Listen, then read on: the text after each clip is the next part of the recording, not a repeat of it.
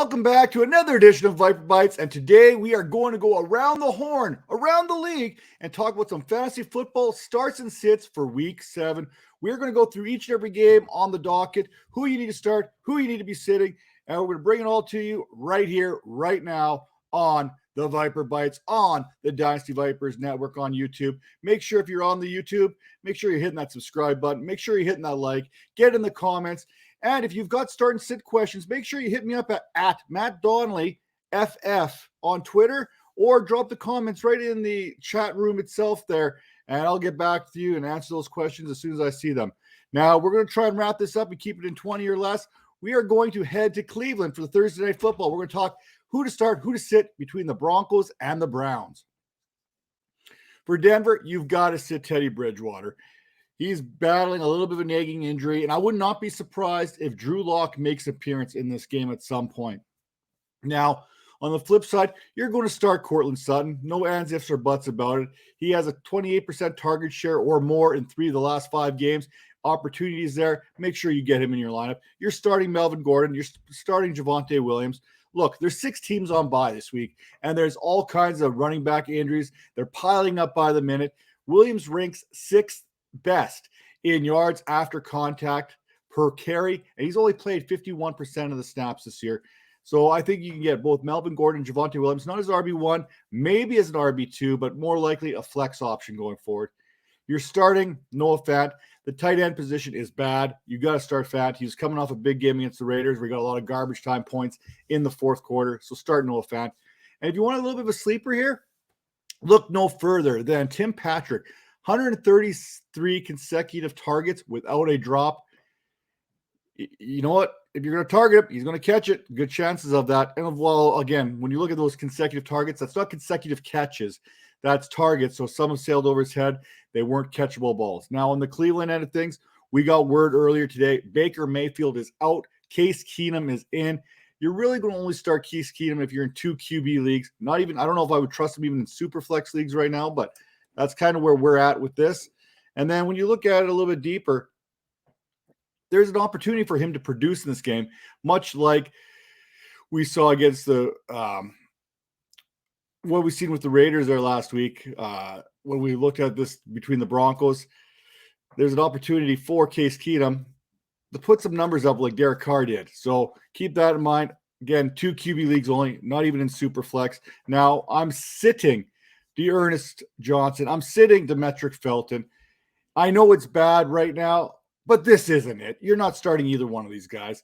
Landry, Beckham, they're flex options at best. And Peoples-Jones, if you're in a deeper league, he may be the YOLO guy you're going to target there because Landry is not that deep guy. Odell Beckham can't seem to get right. Peoples-Jones has been playing good the last couple of games, and he is going to be that deep target that Case Keenum is going to need in this game. Now, our next stop, we are going to head to New York to talk about the Giants as they're hosting the Carolina Panthers. Sam Darnold, some say start, I say sit. Darnold has been on target just 52% of his throws, which is about 2nd worst in the league. He's averaging about 3.4 yards per attempt, which is the worst, and his passer rating is the 3rd worst at 28% right now. When I say this, I'm talking about when he's being pressured. Now, luckily for Darnold, the Giants are in the bottom 6 of pressuring quarterbacks, but right now, Darnold might be hearing ghosts or seeing ghosts right now, and that's a concern for me. Chuba Hubbard, he is earning himself a bigger role when Christian McCaffrey returns. With CMC absent, Hubbard is averaging 13-plus fantasy points per game. He's getting 20-plus touches per game. He's getting 88% of the carries. The only drawback of Chuba Hubbard right now is he's only on the field for 37% of the passing plays. You're still starting Chuba, so let it roll. DJ Moore, this is a get-right game after a somewhat disappointing outing last week. The receptions weren't there. He only had 5, but the targets certainly were. He had 13. Robbie Anderson was basically averaging a point per target last week. Robbie Anderson, still not the answer. I'm still not trusting him in my lineups. Now, on the Giants side of things, Daniel Jones has not been good lately. There's been so much turnover in New York. You talk about Kadarius Toney's out now with an injury. Darius Slayton's been battling an injury. Sterling Shepard just came back last week from injury. Kenny Galladay is Kenny Galladay. He's going to be hurt. That's what he does. So, in other words, I have a hard time trusting Daniel Jones right now, despite everything that we just mentioned.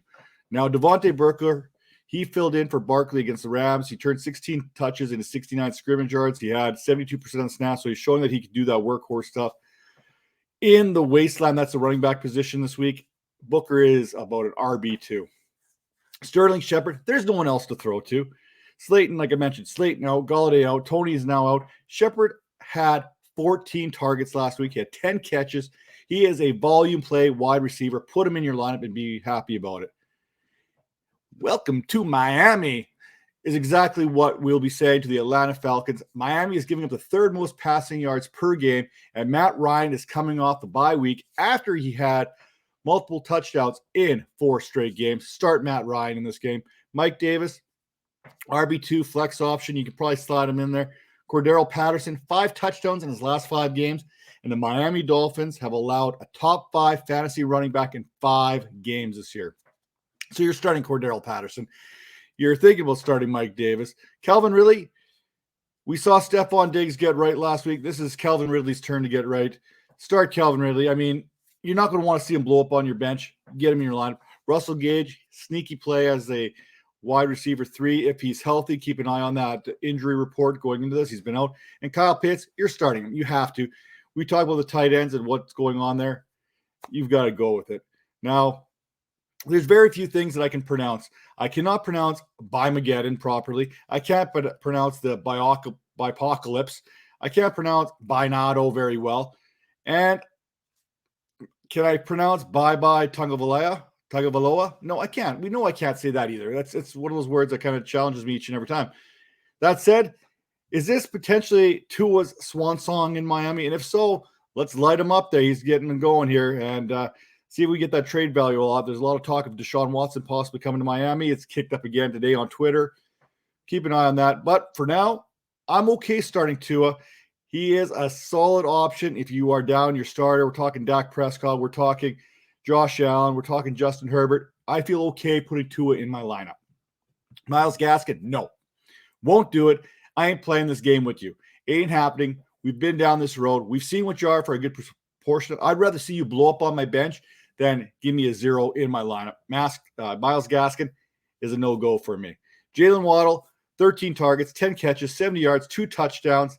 He'll be fine against Atlanta. Don't worry about that. Mike Gesicki, start him. Opportunity leads to production.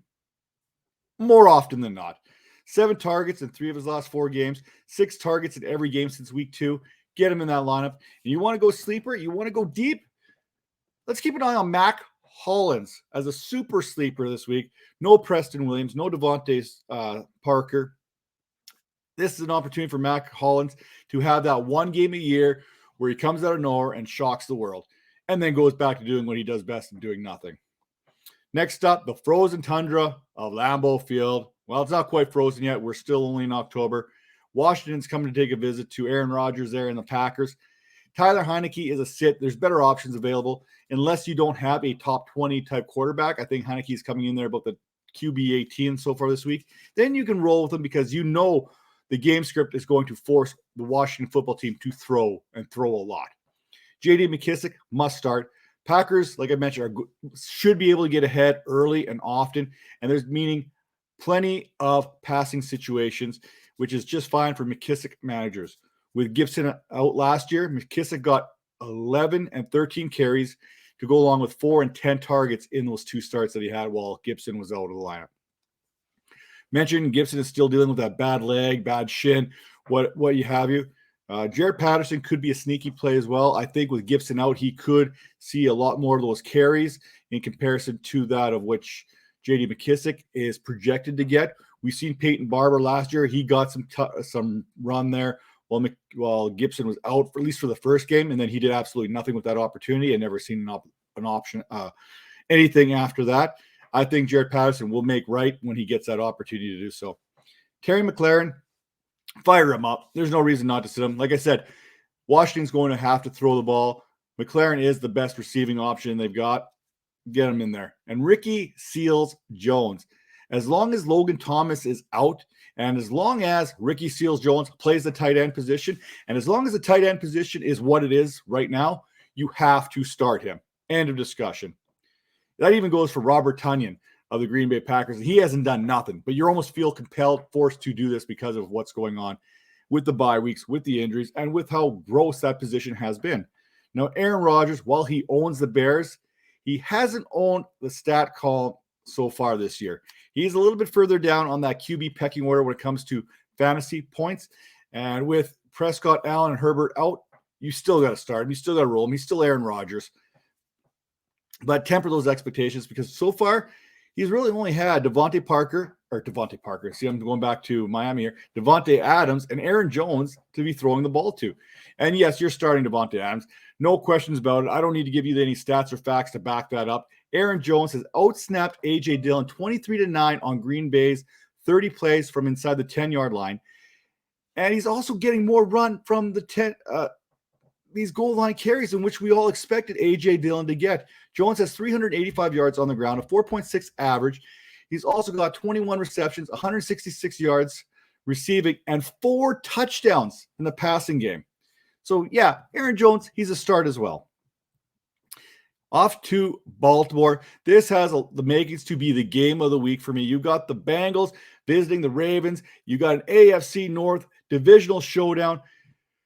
Joe Burrow is a QB2 for me this week. Not the QB2, but he's on the back end for me because despite everything that this Bengals offense can do, we've seen what the Chargers offense led by Justin Herbert could do, and we've seen what the Baltimore Ravens defense did to Justin Herbert and the Chargers last week. So temper those expectations for Joe Burrow. He'll be fine. He'll still produce, but I don't think you're going to see him in the top 12 as far as quarterbacks go this week.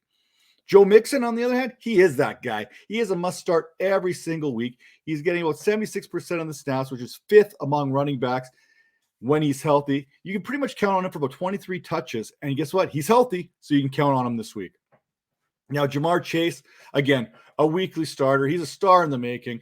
He may already be that guy. I've already got him in my top 3 for dynasty wide receivers. I had to reevaluate my process there. He's got, I think last week, 4 catches, 97 yards. They say separating was an issue for him, but he's got no problem separating from the pack as far as rookie wideouts go so far this season. T. Higgins, Tyler Boyd. Well, I'm going to go Tyler Boyd first and kind of feed into T. Higgins here. Tyler Boyd, I'm still upset with you, and I'm not ready to talk about it. I can't figure it out. 1 catch, 7 yards. Chase and Higgins had 6 targets last week each. Boyd had 3. Since Higgins has returned to the lineup, when Higgins is in that lineup, Higgins has 28 targets. Jamar Chase has 27. Tyler Boyd has 21. The targets have been evenly distributed, but Tyler Boyd has yet to really come through when Higgins is in that lineup. Higgins is playing. I'm not starting Tyler Boyd. Higgins, wide receiver 2 type guy for me, maybe even a flex. CJ Uzomah, again, tight end is really, really bad. Uzomah hasn't produced the last couple of games, but the Ravens have allowed the 8th most fantasy points to tight ends over the last month. Start him. You're not going to like it, but you can justify the start for you. Now, Lamar Jackson, get this. 7th in the league in rushing.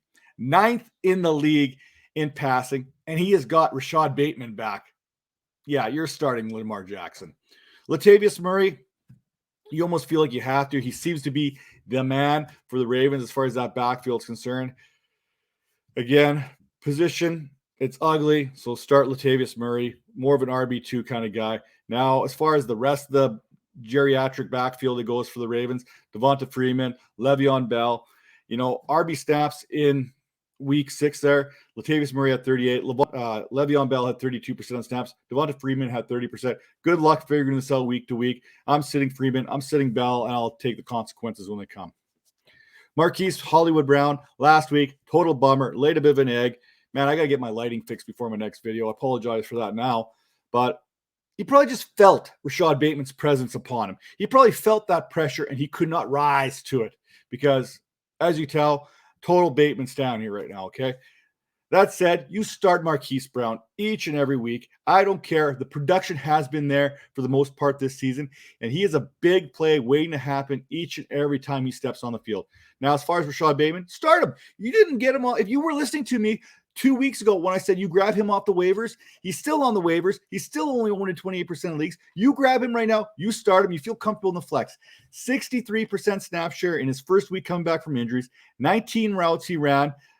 6 targets. it's only going to go up. He's trending in the right direction. And this is just the tip of the iceberg for Rashad Bateman and Lamar Jackson and that chemistry they're about to build.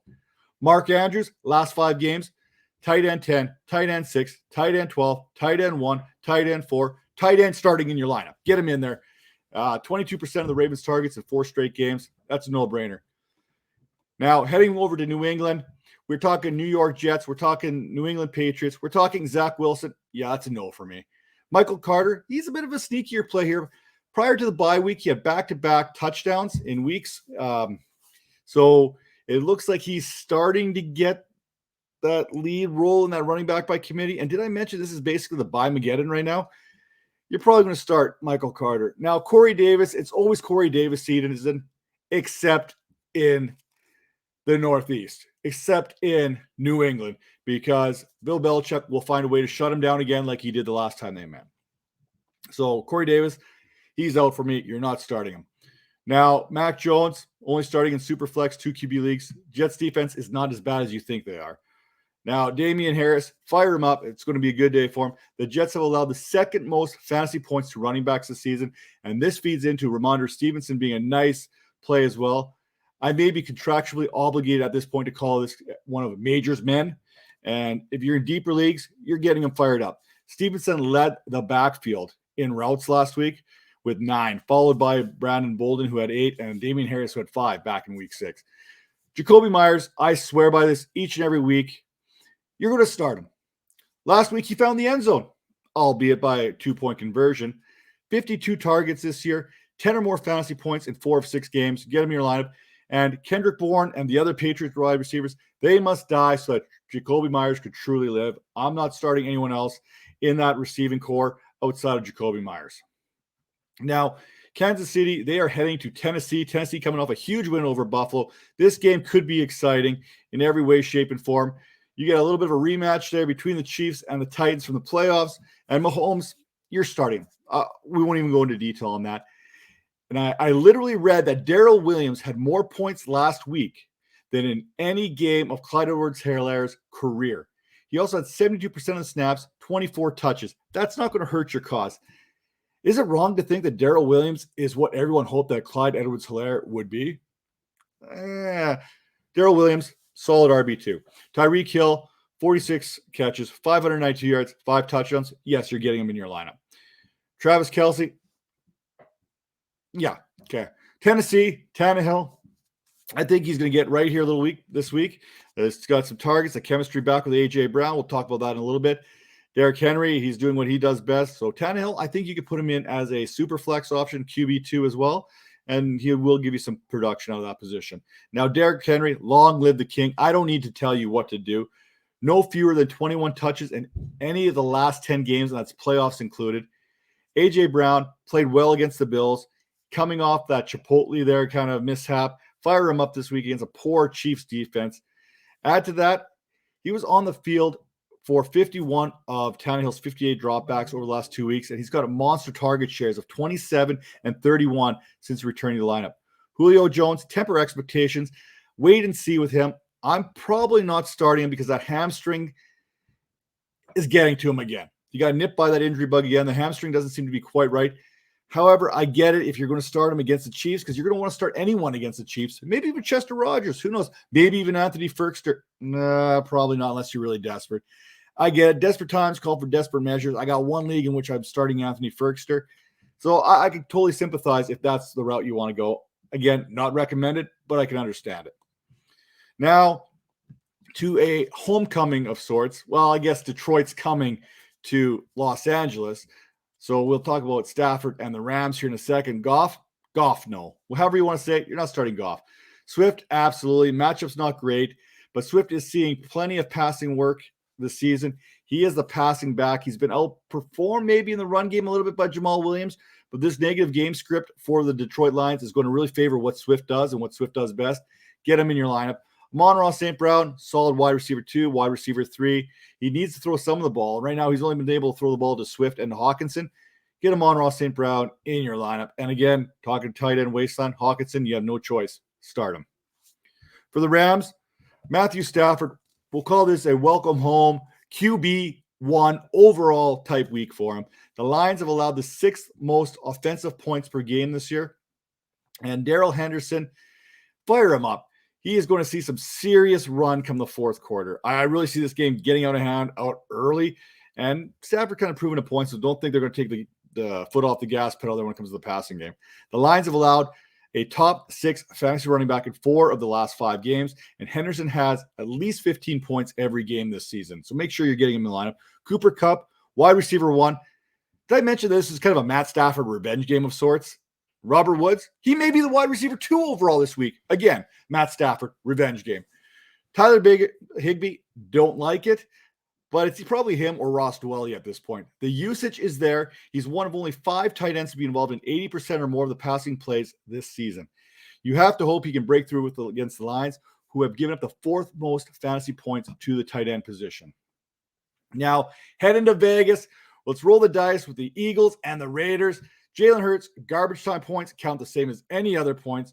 He's been no worse than a QB 11. They don't ask you how, they ask you how many when it comes to fantasy. And while we mock him as a passer, he's completed nearly 73% of his passes. And when he's been under pressure, Hurts' passer rating is 79.3, which ranks 9th amongst signal callers. He's been on target 63.8% of the passes while he's under pressure, which puts him in the middle of the pack. So let's pull off a little bit when it comes to Jalen Hurts as a poor passer. Jalen Hurts, you're starting him. He's been a QB1 every single week. 3 of the top quarterbacks are out this week. You're looking at your QB7. I don't know. I haven't done my rankings quite yet, but you're starting him. It's that simple. Miles Sanders, start him as well. We talked about this running back position being as banged up as it is. He's got the opportunities, and he's done well when he's been given those opportunities. The Eagles just need to give him more opportunities, and you can run the ball against the Raiders to a degree. Now, Devonte Smith, Jalen Reagor, I am sitting both of them. Now, the Raiders have only given up 100 yards to a receiver 1 time this season, and you have to go back to week 2 and to see that as Deontay Johnson. So I'm starting any receivers for the Eagles. Now, Dallas Goddard, if he can get over COVID in time for this game, I'm going to start him. The Raiders struggle against the tight end position. Last week, Fant had over 90 yards and a receiving touchdown. Now, for Vegas, you're starting Derek Carr. He's a good super flex 2 QB. He should be good for 325 yards passing and 2 touchdowns. That's my prediction for him in this game. Josh Jacobs, he has not been efficient with his numbers, but he's had the numbers. He has recorded 15 or more fantasy points in each start here, and in each of the 3 of the last 4 games that he's played. So Josh Jacobs, you're going to fire him up in the running back position. Kenyon Drake, sneaky start. Raiders used him last week more than Gruden has all season. And going back to Josh and Drake here, Philly has given up the 4th most scrimmage yards to running backs. Just something to keep in mind. Henry Ruggs, 15th in the league in receiving yards. He has 445 yards in the receiving game. That's more than DeAndre Hopkins, Amari Cooper, Adam Thielen, DK Metcalf, Terry McLaurin, Mike Evans, Keenan Allen, DJ Moore. You're probably starting all those guys, so start Henry Ruggs. Bryan Edwards, yeah, you're a sit. I already hyped up Henry Ruggs, so now I got to sit Bryan Edwards. Hunter Renfro, he is always a sneaky start. You always can put him in your flex lineup, especially if those flex gives you 2 to 3 guys. I've talked about the Emmanuel Sanders, the Hunter Renfro, the Jamison Crowder type guys. These are guys you can start in the flex and be comfortable with it. And Darren Waller, don't overthink it. He hasn't been good this year. He hasn't been that Darren Waller of last year. But if you even take away that week 1 game from him, in which he saw like 88 targets or whatever that number actually was, he's still a top 8 in tight end scoring. Start Darren Waller. Houston, we have a problem. We're heading to the desert. Davis Mills, really? I'm not even going to give that a response. Mark Ingram, yeah, see the above comment that I just made. David Johnson, okay, sometimes revenge games don't amount to anything. This is probably one of those games. That said, game script could have Houston trailing a good portion of this game and not really into it. Maybe this is a game where you could throw David Johnson into your lineups if you're in deeper leagues, but temper those expectations. Brandon Cooks, wide receiver 3, flex option. Houston is going to have to throw, and 32% of Mills' passes have gone to Brandon Cooks this season. Nico Collins, see the above comment. Maybe he's not getting that 32% target share, but he can catch the ball. So he could be in play for you here, especially with 6 teams on a bye. Arizona, Kyler Murray is tops amongst quarterbacks with a 73.8 completion percentage this season, third with 8.9 yards per attempt. You start him. James Conner, Chase Edmonds, start both these guys as RB2s, flex kind of options. I have a strong belief that this game is going to have that script in which you're going to run the ball. James Conner is going to get those goal line carries. Chase Edmonds is going to get some run between the 20s. Get them both in your lineup. DeAndre Hopkins, start your studs, especially against the Texans, and especially in a revenge game. Ron Delmore, sneaky play, deeper leagues with flex options. He's more like a flex 2 kind of guy. He has seen his snap rate increase each of the 4 games from 34 to 42 to 48 to last week's 56. So maybe this is the week that he really breaks out. He's had a breakout week, but maybe he can string a couple of these together now. AJ Green, I am starting him. I've been starting him for more than I care to admit right now. He's been playing well, 6 or more targets in 5 of the 6 games, 16 plus fantasy points in 3 of the last 4.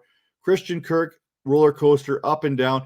If you are in a matchup where you are facing an opponent who may be superior to you or projected to outscore you considerably, Christian Kirk has that boom bust type feel that maybe you can get a boom out of him this week.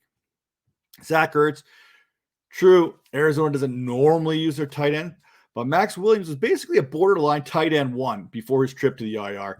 That's probably saying more about the tight end position itself than it is about Zach Ertz's prospects this week. Head into Tampa, Chicago versus the Buccaneers. Justin Fields, I'm not starting. I don't trust it yet. I want to see something develop with Mooney and Robinson and Cole Kmet and the rest of these targets before I commit to him fully. Now, Allen Robinson, wide receiver 75. Darnell Mooney. I went bold on the Vipercast on Wednesday at 10 p.m. Eastern. Hint, hint, that's a little bit of a plug there. And said both these receivers would hit 17 or more fantasy points this week. Please forgive me, fantasy gods, for that prediction. But the Bucs have given up the 5th most fantasy points to wide receivers. I'm choosing to stat pick here a little bit when it comes to Robinson, who is 11th in air yards with Justin Fields under center. That's 436. And I'm going to ignore the fact that a good portion of those have been uncatchable. So maybe if Justin Fields can get the sights checked out on that ball, maybe we can see an Allen Robinson breakout week here in week 7. Khalil Herbert, watch the injury report when it comes to Damien Williams. Last week, Herbert had an 89% snaps. With Williams, you can start Herbert as I think he's going to get the early down work, 2nd and 3rd down. Damien Williams is to kind of come in and do that 3rd down work. He's coming off COVID. I'm not starting Damien Williams. However, Herbert could find himself in my lineup for 1 more week. Now, Cole Kmet is a start. We got the bye week blues. He's kind of a fill in there. Bucs are giving up the 9th most fantasy points to tight ends, something to keep an eye on. Now for the Bucs, this is an interesting. Chicago is 8th in passing defense, allowing only 218 yards. Meanwhile, Brady and the Bucs are 1st in passing offense. Yeah, you know what? We're going to go advantage Brady in this one. So start Tom Brady because I can't tell you to sit him. That just feels wrong. And speaking of starts, Uncle Lenny, playoff Lenny, Leonard Fournette is averaging 22.3 touches, 125.3 scrimmage yards, and 22.9 fantasy points per game over his last 3 games. He's played 83% of the Bucs, 24 plays inside the 10-yard line over the last 3 weeks. Ronald Jones, yeah, we're not worried about Ronald Jones. Start Fournette. Mike Evans, Chris Godwin, fire them both up. They're both solid plays. If Rob Gronkowski plays, you're going to fire him up as well. He's still ranked number 1 in touchdowns for tight ends, and he hasn't played for like 2-3 weeks right now. If he misses and O.J. Howard slides on in there or Cameron Brate, you're not touching either one of those. Those guys are both solid sits. I'm not getting into that, regardless of how the situation rolls out. Now, in San Francisco, the Colts are heading out west, where Carson Wentz has 3 consecutive games with 2 passing touchdowns. T.Y. Hilton returned last week. Paris Campbell exits. Are we sure that T.Y. Hilton and Paris Campbell are secretly not the same person? Because we can't seem to get them both on the field for a full game together at all. Carson Wentz, QB2, super flex option for me. Jonathan Taylor. Taylor leads the league in rushing yards over expectation per carry. He sits only behind Nick Chubb and James Robinson in yards after contact and is 4th in rushing yards with 472 yards on the season. That's a 5.4 average. You're starting him. T.Y. Hilton ran a route on 16 of Carson Wentz's 23 dropbacks. With Campbell out, Hilton's role may be ramped up quicker than expected. Hilton is a flex option 2 for you going into this week. Michael Pittman is a sit. What? Why is Hilton starting Pittman to sit? It's a veteran thing. Now, Pittman is a big red zone target, not being used as a big red zone target. He still has 31 catches for 403 yards, but San Francisco is 7th in passing defense, only allowing 216 yards per game. I expect a good portion of Carson Wentz's passes to go to T.Y. Hilton this week. Jack Doyle, Mo Alley Cox, they're both sits for me. San Francisco is also in the top 10 against the position. And while options are limited, neither is a must play for me. San Francisco, Trey Lance has 354 yards passing on 48 attempts. Jimmy Garoppolo has 925 on the season. It don't matter which San Francisco quarterback is playing. I'm sitting either one of them. If I'm desperate and need a play, maybe Trey Lance when he's in the lineup because of the running ability. But reality is you can't start Trey Lance and feel good about it each and every week until we see something a little bit more consistency out of him. Elijah Mitchell has played 3 games, and he still leads the 49ers in rushing yards, 189 on 45 carries. Indianapolis is 14th in the league in rushing yards allowed, allowing about 111 per game. I'm not in love with the 49ers backs in this game. So I say this tongue-in-cheek when it comes to Trey Sermon. I don't care how bad the running back landscape is. It's not this bad to get Trey Sermon in your lineup. Debo Samuel, he is going into your lineup. He's seen 52 targets. That's about a 31.3% target share this whole season. If you have him, you're starting him regardless of who's at quarterback. Brandon Ayuk, how do you start a guy going into week 7? Yes, I know there's been a bye. He's only got 8 catches and 90 yards. You can't. And for our final matchup, we've got New Orleans heading to Seattle. Jameis Winston, you're going to sit him. He could go off. He's had 2 games with 4 or more touchdowns, a 4-touchdown game and a 5-touchdown game. He also hasn't thrown for more than 280 yards in any contest this season. And he only has 2 games in which he threw more than 200 yards. He's a sit. Alvin Kamara, start him. He is 5th in touches with 109. He's coming off a bye week. You start him because you know he's going to get involved.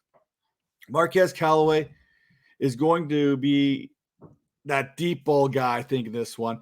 I think you can trust Callaway in a flex kind of position. Seattle is 28th in the league in passing yards allowed with 292 per game. Ben Roethlisberger was kind of held in check, but really Ben Roethlisberger can't throw more than 20 yards down the field anymore. And Winston, I don't even know if Winston knows what a check down is. Let's be honest. Kenny Stills, deep sleeper. I think he can get loose for a big one here as well. I think it's a possibility Jameis Winston goes for 3 touchdowns this week and still only throws for 280 yards. Now, on the Seattle things are getting really sleepless in Seattle. There's talk of Cam Newton possibly coming here. That's where we're at the quarterback position. Russell Wilson's not coming back until at least week 11. Gino Smith, he is a no. The target distribution for Gino Smith, 49 attempts so far this season. Lockett has seen 11. Metcalf's seen 10. DJ Dallas has seen 6. Will Disley's seen 5. Freddie Swain's seen 5. Everett's seen 3. Alex Collins has seen 3. That's not good for anybody. Now, Alex Collins, if he's healthy, yeah, okay, let's start him. So keep an eye on that injury report. But expect to see some Rashad Penny, some Travis Homer, some DJ Dallas all get touches. And to put this into perspective, Alex Collins has handled 65% of the snaps of the running back position and 77% of the carries. So there's going to be an opportunity there for someone to pick up that slack if Alex Collins is out. Many are believing that it's going to be Rashad Penny. But you know what? Last week, Travis Homer and DJ Dallas earned an opportunity to get some more looks. DK Metcalf, I feel comfortable starting him. I think he's that guy for Seattle. I think he is the number 1 option, so you're probably going to put him in your lineup. And Tyler Lockett, no, you can't start him. He is a fade for me. I get it. If you feel you need to start him, I won't hold that against you. But with Gino under center, there's nothing that leads me to believe that he is going to be fantasy relevant anytime soon, at least not until Russell Wilson comes back in the lineup. That all said, that's your starts and sits kind of breakdown going around the league. We talked a little bit about everything.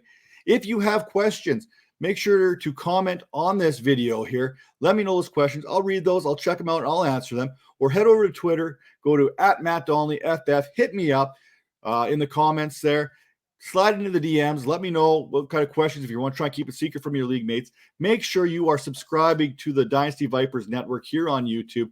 Make sure when you're listening to Apple and Spotify that you download, rate, and review each and every show there. We appreciate your support. And with that said, we'll catch you on Thursday Night Football's preview, which should be dropping a little bit later. Take care.